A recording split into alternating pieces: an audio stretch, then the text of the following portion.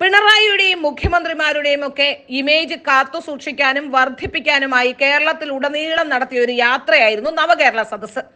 ഈ നവകേരള സദസ്സുമായി ബന്ധപ്പെട്ട് അന്ന് തന്നെ ഇത് വലിയ രീതിയിലുള്ള വിമർശനം ഉയർന്നതാണ്. ഖജനാവിൽ പണമില്ലാത്തപ്പോൾ ഇത്തരത്തിലുള്ള ഒരു യാത്ര നടത്തി ധൂർത്തു നടത്തുന്നത് വലിയ രീതിയിൽ ചർച്ച ചെയ്യപ്പെട്ടതാണ്. എന്നാൽ നാട്ടുകാരെ നന്നാക്കാനും നാട്ടുകാരുടെ പ്രശ്നങ്ങൾ പരിഹരിക്കാനുമാണ് ഇത്തരത്തിലൊരു യാത്ര എന്ന് പറഞ്ഞുകൊണ്ട് രംഗത്തിറങ്ങിയ പിണറായി വിജയൻ ഏതാണ്ട് 100 കോടിയിലധികം രൂപയാണ് ഈ ഒരു യാത്രയ്ക്ക് വേണ്ടി മാത്രം ചെലവഴിച്ചത് എന്നാണ് നമുക്ക് മനസ്സിലാക്കാൻ സാധിക്കുന്നത്. നാട് മുഴുവൻ ചിരിക്കുന്ന ചിത്രങ്ങൾ, ട്രെയിനിൽ എന്ന് വേണ്ട ലോകത്തെല്ലായിടത്തും ഹോർഡിങ്സുകൾ അടക്കമുള്ളവ വെക്കുന്നു. ട്രെയിനിൽ ചിരിച്ചുകൊണ്ടിരിക്കുന്ന പിണറായി വിജയൻ, കലാജാഥകൾ, ഇങ്ങനെ പോകുന്നു നവകേരള സദസ്സിന്റെ ഓരോരോ ചിലവുകൾ. ഇനി താമസം, അതുപോലെ തന്നെ മറ്റുള്ള ഭക്ഷണമടക്കം പൗരപ്രമുഖന്മാരെ എല്ലായിടത്തും വിളിച്ചുകൂട്ടി മൃഷ്ടാന്ന ഭോജനമടക്കമുള്ള കാര്യങ്ങൾ. ഇനി ബസ്സിൽ കയറിയിരുന്ന് യാത്ര ചെയ്യുന്നതിന് പിണറായി വിജയനും കൂട്ടരും എഴുതിയെടുത്ത 35 ലക്ഷം ഒക്കെ കണക്ക് കൂട്ടുമ്പോൾ ഏതാണ്ട് 100 കോടിയിലധികം രൂപയാണ് നവകേരള സദസ്സിന് മാത്രം ചെലവാക്കുന്നത്. നാടുനീളെ തന്റെ ഫുൾ ഫിഗർ കട്ടൗട്ടുകൾ വച്ചുകൊണ്ടിരിക്കുന്ന ആദ്യത്തെ കമ്മ്യൂണിസ്റ്റ് മുഖ്യമന്ത്രി ഒരു പക്ഷേ പിണറായി വിജയൻ മാത്രമാകും. നവകേരള സദസ്സിന്റെ ഹോർഡിങ്സിന്റെ എണ്ണം കേട്ടാൽ അത് അമ്പരപ്പിക്കുന്നതാണ്. 364 ഹോർഡിങ്ങുകളാണ് നവകേരള സദസ്സിന് വേണ്ടി കേരളത്തിലുടനീളം സ്ഥാപിച്ചത്. ഒരു ജില്ലയിൽ ഏതാണ്ട് 26 ഹോർഡിങ്ങുകളിലധികം. പിണറായിയുടെ ഹോർഡിംഗ് വെച്ചതിന്റെ ചെലവ് കേട്ടാൽ പോലും ഞെട്ടിപ്പോകും. 2.25 കോടി രൂപ. ഏകദേശം 65ഓളം ലൈഫ് മിഷൻ വീടുകൾ നിർമ്മിക്കാനുള്ള പണമാണ് ഹോർഡിംഗ് സ്ഥാപിച്ച് പിണറായി വിജയൻ തന്റെ പ്രതിച്ഛായ വർദ്ധിപ്പിക്കാനായി, അല്ലെങ്കിൽ പിണറായി വിജയന്റെ പ്രതിച്ഛായ വർദ്ധിപ്പിച്ചു എന്ന് പറയാൻ കഴിയില്ല, പിണറായി വിജയന് ആത്മരതി അനുഭവിക്കാനായി ചെലവഴിച്ചത്. 9 ലക്ഷം പേർ ലൈഫ് മിഷൻ വീടിന് വേണ്ടി കേരളത്തിൽ ഇപ്പോൾ കാത്തിരിക്കുന്നുണ്ട്. പിണറായിയുടെ വാക്കുകേട്ട് കേരളത്തിലുടനീളം ഹോർഡിംഗ് വെച്ച സ്ഥാപനം ഇപ്പോൾ വെട്ടിലാവുകയും ചെയ്തു. പണം ലഭ്യമാകാത്തതിനെ തുടർന്ന് സെക്രട്ടേറിയറ്റിന് ചുറ്റും ഇവർ കറങ്ങി നടക്കുകയാണ്.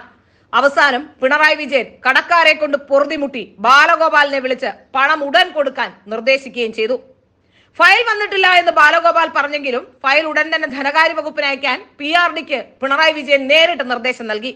പിണറായി പറഞ്ഞതുകൊണ്ട് ട്രഷറി നിയന്ത്രണത്തിൽ ഇളവ് വരുത്തി അധിക ഫണ്ട് അനുവദിക്കാനും ബാലഗോപാൽ നീക്കം തുടങ്ങി.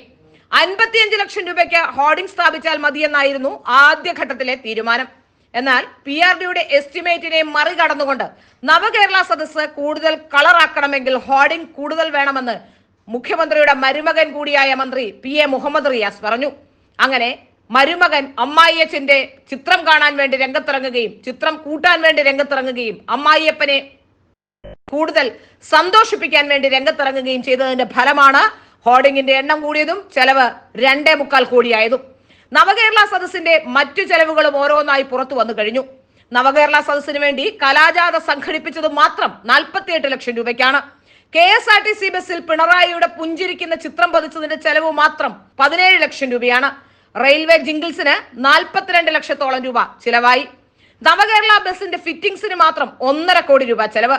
മുഖ്യമന്ത്രിയും മന്ത്രിമാരും നവകേരള സദസ്സിന്റെ ബസ്സിൽ കയറിയിരുന്ന് നവകേരള ബസ്സിൽ കയറിയിരുന്ന യാത്ര നടത്തിയതിന് മാത്രം 35 ലക്ഷം രൂപ യാത്രാപ്പടിയും എഴുതിയെടുത്തിട്ടുണ്ട്. ഇന്ധന ചെലവിന്റെ കോടികളുടെ കണക്ക് ഇനിയും പുറത്തു വരാനുണ്ട്. വിഭവസമൃദ്ധമായ ശാപ്പാടിന്റെ കണക്കുകൾ പുറത്തു വന്നിട്ടില്ല. പൗരപ്രമുഖന്മാരടക്കം മതിവരുവോളം കഴിച്ചത് നമ്മളേവർ കണ്ടതാണ്.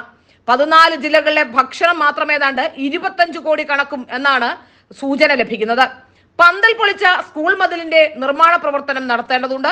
താമസ ചെലവ്, ഇങ്ങനെയുള്ള ചെലവുകൾ കൂടി പുറത്തു വരുമ്പോൾ നവകേരള സദസ്സിന്റെ ചെലവ് മാത്രം ഏതാണ്ട് 100 കോടി കടക്കുമെന്നാണ് മനസ്സിലാക്കാൻ സാധിക്കുന്നത്. കഴിവ് കുറഞ്ഞ മന്ത്രിമാർ പിണറായി വിജയനെ ക്യാപ്റ്റൻ, ജൈവ ബുദ്ധിജീവി എന്നിങ്ങനെയൊക്കെ വിശേഷണങ്ങൾ കൊണ്ട് നിരത്തുന്നുണ്ട്. ആരോഗ്യവകുപ്പിൽ തന്നെ ദയനീയ പരാജയമായ മന്ത്രി വീണ ജോർജ് തന്റെ മന്ത്രിസ്ഥാനം നഷ്ടപ്പെടാതിരിക്കാൻ നിയമസഭയിലടക്കം ഇടയ്ക്കിടെ പിണറായി വിജയനെ ക്യാപ്റ്റൻ എന്ന് വിശേഷിപ്പിക്കുന്നുണ്ട്. പിണറായിയെ മറ്റൊരു മന്ത്രി കൂടിയായ ബിന്ദു ജൈവ ബുദ്ധിജീവി എന്നാണ് വിശേഷിപ്പിച്ചത്.